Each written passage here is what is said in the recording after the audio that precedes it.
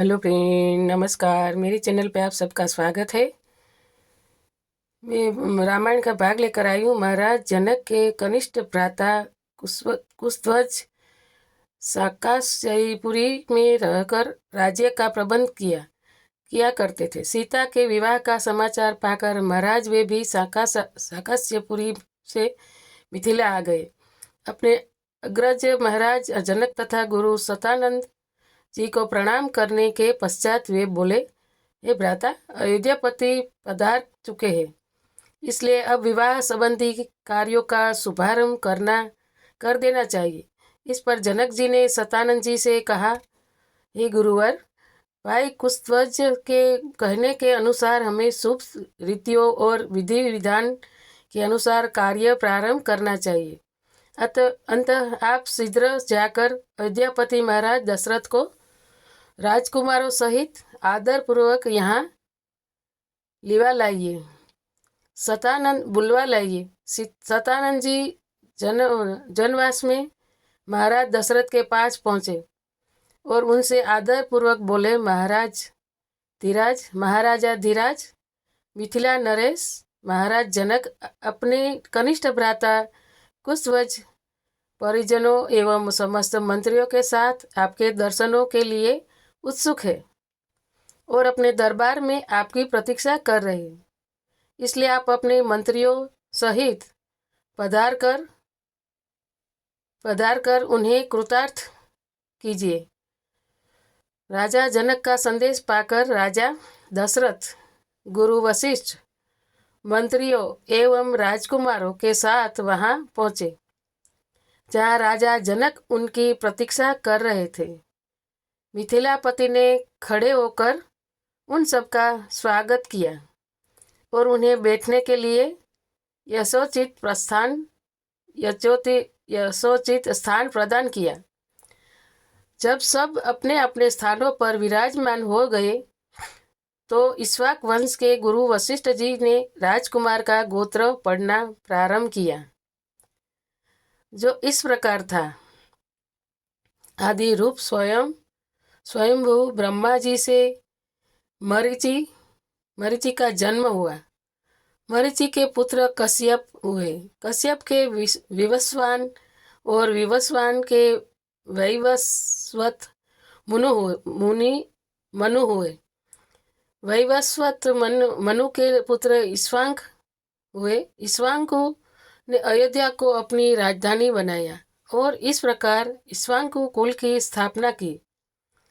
ईक्ष्वाकु के पुत्र कुक्षी हुए। कुक्षी के पुत्र को नाम विकुक्षी था। विकुक्षी के पुत्र बाण और बाण के पुत्र अनरण्य हुए। अनरण्य के पुत्र पृथु और पृथु से त्रिशंकु का जन्म हुआ। त्रिशंकु के पुत्र धुंधुमार हुए। धुंधुमार के पुत्र का नाम युनास्व था। युनास्व के पुत्र मांधाता हुए और मांधाता से सुसंधि का जन्म हुआ। सुसंधि के दो पुत्र हुए, ध्रुसंधि एवं प्रसन्नजित। ध्रुसंधि के पुत्र भरत हुए। भरत के पुत्र असित हुए और असित के पुत्र सागर हुए। सगर के पुत्र का नाम असमंज था। असमंज के पुत्र अंशुमान तथा अंशुमान के पुत्र दिलीप हुए। दिलीप के पुत्र भगीरथ हुए। इन्हीं भगीरथ ने अपनी तपोबल से गंगा को पृथ्वी पर लाया। भगीरथ के पुत्र ककुत्स्थ और ककुत्स्थ के पुत्र रघु हुए। रघु के अत्यंत तेजस्वी और पराक्रमी नरेश होने के कारण उनके बाद इस वंश का नाम रघुवंश हो गया। रघु के पुत्र प्रवृद्ध हुए, जो एक शाप के कारण राक्षस हो गए थे। इनका दूसरा नाम कलमास्पाद था। प्रवृद्ध के पुत्र संखण और संखण के पुत्र सुदर्शन हुए। सुदर्शन के पुत्र का नाम अग्निवर्ण था। अग्निवर्ण के पुत्र सिद्रग और सिद्रग के पुत्र मरु हुए। मरु के पुत्र शुक और पशुश्रु के पुत्र अम्बरीश हुए। अम्बरीश के पुत्र का नाम नहुस था। नहुस के पुत्र ययाति और ययाति के पुत्र नाभाग हुए। नाभाग के पुत्र का नाम अज था। अज के पुत्र दशरथ हुए। दशरथ के ये 4 पुत्र रामचंद्र, भरत, लक्ष्मण तथा शत्रुघ्न है। इक्ष्वाकु कुल का वर्णन करने के पश्चात वशिष्ठ जी ने कहा, हे राजन, अब आप भी अपनी वंश परंपरा को परिचय दीजिए, क्योंकि विवाह जैसे मांगलिक अवसरों पर दोनों ही कुल अपने अपने वंश का परिचित देते हैं। महाराज जनक बोले, महर्षि, आपने सर्वथा उचित बात कही है। अब मैं भी अपने कुल का परिचय देता हूँ। प्राचीन काल में निमि नामक एक धर्मात्मा राजा थे। उनके मिथि नामक पुत्र हुआ, जिन्होंने मिथिला बसाई। मिथि के पुत्र का नाम जनक था। जनक था। उन्हीं के नाम पर मिथिला के राजा लोग जनक कहलाते हैं। जनक के पुत्र उदावसु और उदावसु के पुत्र नंदीवर्धन हुए। नंदीवर्धन के पुत्र को नाम सुरवीर था। सुरवीर के पुत्र सुकेतु और सुकेतु के पुत्र देवरात हुए। देवरात के पुत्र का नाम बृहद्रथ था। बृहद्रथ के पुत्र महावीर और महावीर के पुत्र सुधुति हुए। सुधुति के पुत्र का नाम दुष्टकेतु था। दुष्टकेतु के पुत्र हर्यश्व और हर्यश्व के पुत्र मरु हुए। मरु के यहाँ प्रतिंधक की उत्पत्ति हुई। प्रतिंधक के पुत्र कीर्तिरथ, कीर्तिरथ के पुत्र देवमीर, देवमीर के पुत्र विबुध और विबुध के पुत्र महेंद्रक हुए। महेंद्रक के पुत्र का नाम कीतिरथ था। कीतिरथ के पुत्र का महारोमा, महारोमा के पुत्र स्वर्णरोमा और स्वर्णरोमा के पुत्र हस्वरोमा हुए। हस्वरोमा के 2 पुत्र हुए, उनमें से बड़ा मैं हूँ और मुझसे छोटा कुशध्वज है। हम दोनों भाई इसी प्रदेश में रहकर राजकाज संभालते थे। कुछ काल पहले साकांस्य के पराक्रमी राजा सुंधवा ने मिथिला पर आक्रमण कर दिया। वह चाहता था कि मैं सीता का विवाह उसके साथ कर दूं। मैंने उसकी मांग पूरी नहीं की, इसलिए उसके साथ मेरा युद्ध हुआ, जिसमें सुंधवा मेरे हाथ से मारा गया। तब से मेरा कनिष्ठ भ्राता कुशध्वज साकांस्य पर शासन करता है और मैं मिथिला पर।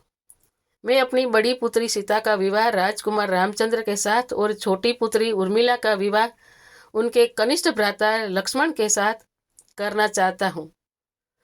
मैं 3 बार इस बात को दोहराकर अपनी दोनों कन्याएं आपको वधुओं के रूप में समर्पित करता हूँ। फिर वे राजा दशरथ से कहने लगे, हे नृपश्रेष्ठ, अब आप इनसे गोदान करा कर नांदीमुख श्राद्ध का कार्य संपन्न कीजिए। इसके पश्चात लोक प्रचलित पद्धति के अनुसार विवाह का कार्य आरंभ कीजिए। यह अवसर सर्वथा उपयुक्त एवं कल्याणकारी है। आज मघा नक्षत्र है। आज से 3रे दिन फाल्गुनी नक्षत्र होगा। इससे अधिक उपयुक्त समय विवाह के लिए दूसरा नहीं हो सकता। आप इन दोनों भाइयों के अभ्युदय के लिए गो, भूमि, स्वर्ण, तिल आदि का दान करिए। राजा जनक के कथन समाप्त होने पर महामुनि विश्वामित्र बोले, हे राजन, आप राजा और दशरथ दोनों के ही कुल पूर्णतया धर्मपरायण, कीर्ति युक्त एवं समान है। अतः इन दोनों कुलों में विवाह संबंध सर्वथा उपयुक्त है। सीता और उर्मिला भी राम और लक्ष्मण के सर्वथा उपयुक्त है। आपके कनिष्ठ भ्राता कुशध्वज भी आपकी ही भांति धर्मपरायण एवं प्रतिभा संपन्न है। इनकी 2 रूपवती सुंदर एवं विवाह योग्य कन्याएं हैं। ये नरेश, मैं चाहता हूँ उनका भी विवाह महाराज दशरथ के दो योग्य और पराक्रमी पुत्रों भरत और शत्रुघ्न के साथ हो जाए। विश्वामित्र की बात सुनकर जनक बोले, हे मुनिवर, आपके इस आदेश को स्वीकारते हुए मैं अपने कुल को धन्य समझता हूँ। आप भरत और शत्रुघ्न को आज्ञा दीजिए कि वे कुशध्वज की दोनों कन्याओं मांडवी एवं श्रुतकीर्ति श्रुतकीर्ति को अपनी पत्नी के रूप में स्वीकार करें। इसके बाद मिथिला नरेश से अनुमति लेकर राजा दशरथ, वशिष्ठ जी और विश्वामित्र जी के साथ जनवासे में लौट गए। दूसरे दिन चारों राजकुमारों ने याचकों को 1-1 लाख स्वर्ण मंडित सींगों वाली गोदान दी और भी